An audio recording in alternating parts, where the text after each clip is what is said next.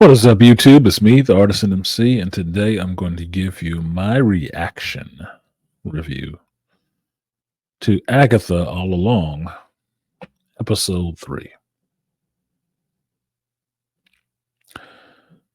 Nothing happened, and I'm bored. I waited to watch this until later in the evening, until after I finished watching The Angry Man, and then I decided to watch Agatha. And watching Agatha right now, I really got a sense for what terrible dialogue in writing is.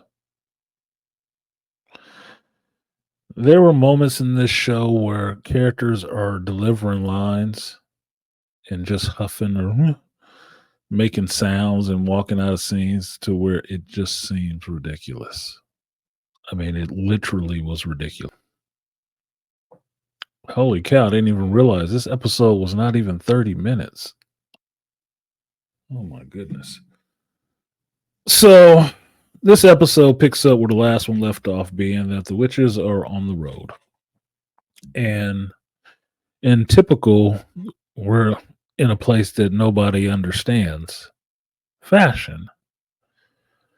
The dumbest person in this group being Mrs. Hart, decides to go off by herself and wander off the road. Now, anybody understanding being in any place magical, one thing you do not do, the first thing you do not do is go off the damn road. So it leads into a little bit of rescue the old lady time. The rest of the witches go and actually rescue Mrs. Hart, and it's all well and good. But what this initial foray into this episode is good for, giving some backstory on the rest of the witches and Agatha herself. Now, this is where you find out that the rest of these witches start quickly losing their shit. But while they're all going over this conversation, the rest of the witches realize that the teen in the group cannot say what his name is, and they see the curse or spell that's put on his mouth to keep him from speaking, called a sigil. Right now, they don't understand who put it on him, but understands it's a really powerful magic that's put on the boy to keep from revealing who he is. Now, the other thing that happens in this episode that I think is related to this is that you find out that what Agatha had to do to get the Darkhold.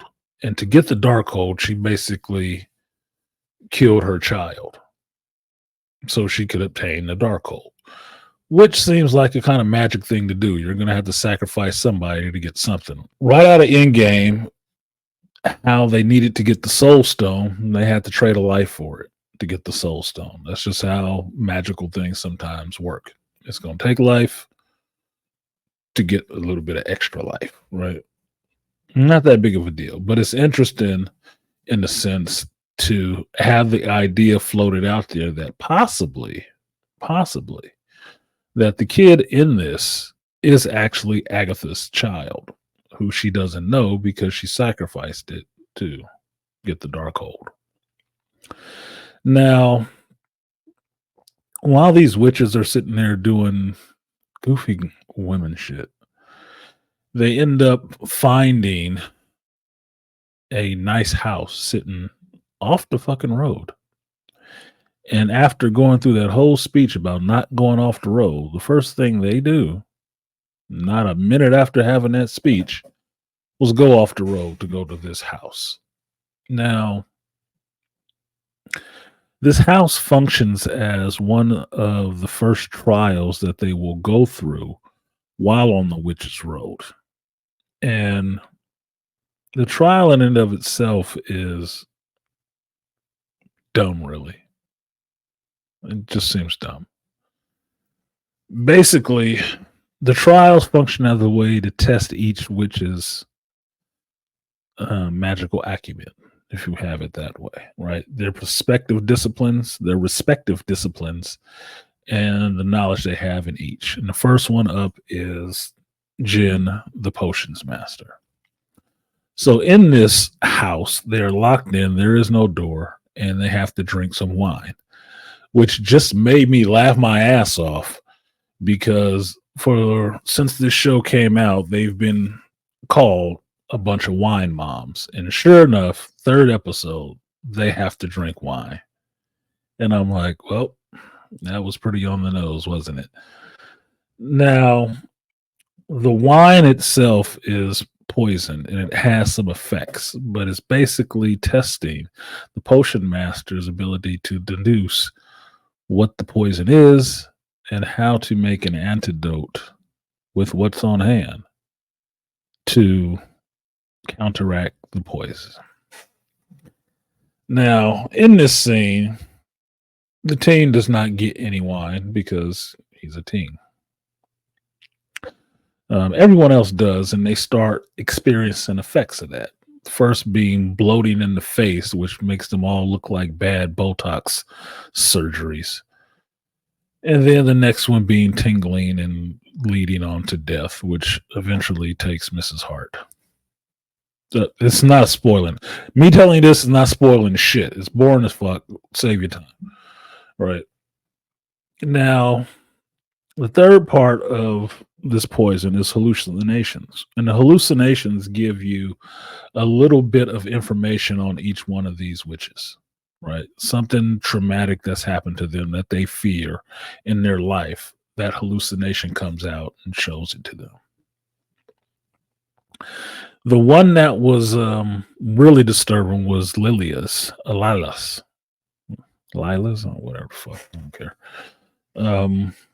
Where she sees the little girl and follows this little girl to the other room, and then she sees an old haggard crone sitting at a table with death sitting behind her, where I think it is someone from her past, maybe her mother or a future vision of herself sitting at the table doing divinations and whatnot, because that is her power.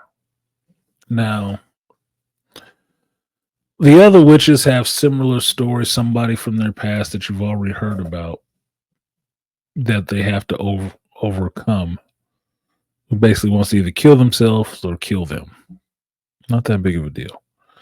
The startling one was to find out that the story that Jen told the teen about Agatha could actually be true, because Agatha actually has a hallucination. She hallucinates a baby crib, and when she pulls back the blanket, there's no baby in it, just a dark hole, and she's horrified and scared and all the rest of this shit. All well and good.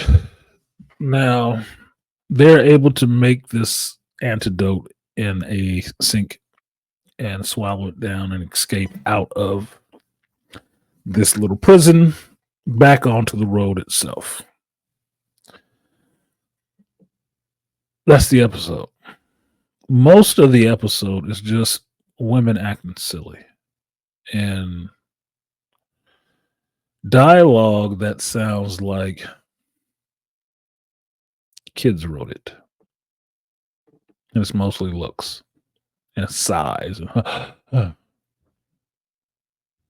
It was silly as shit. That's why I sat here thinking I didn't even want to review this, and that it is possibly a terrible idea for me to do episodic reviews of this, because it will be torture. It will be torture.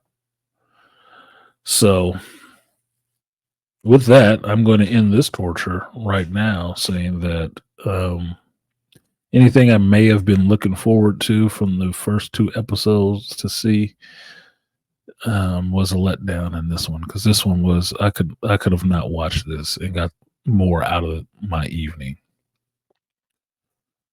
But that's it. Hopefully this is not much to edit, but that's it for my reaction review to Agatha All Along episode 3.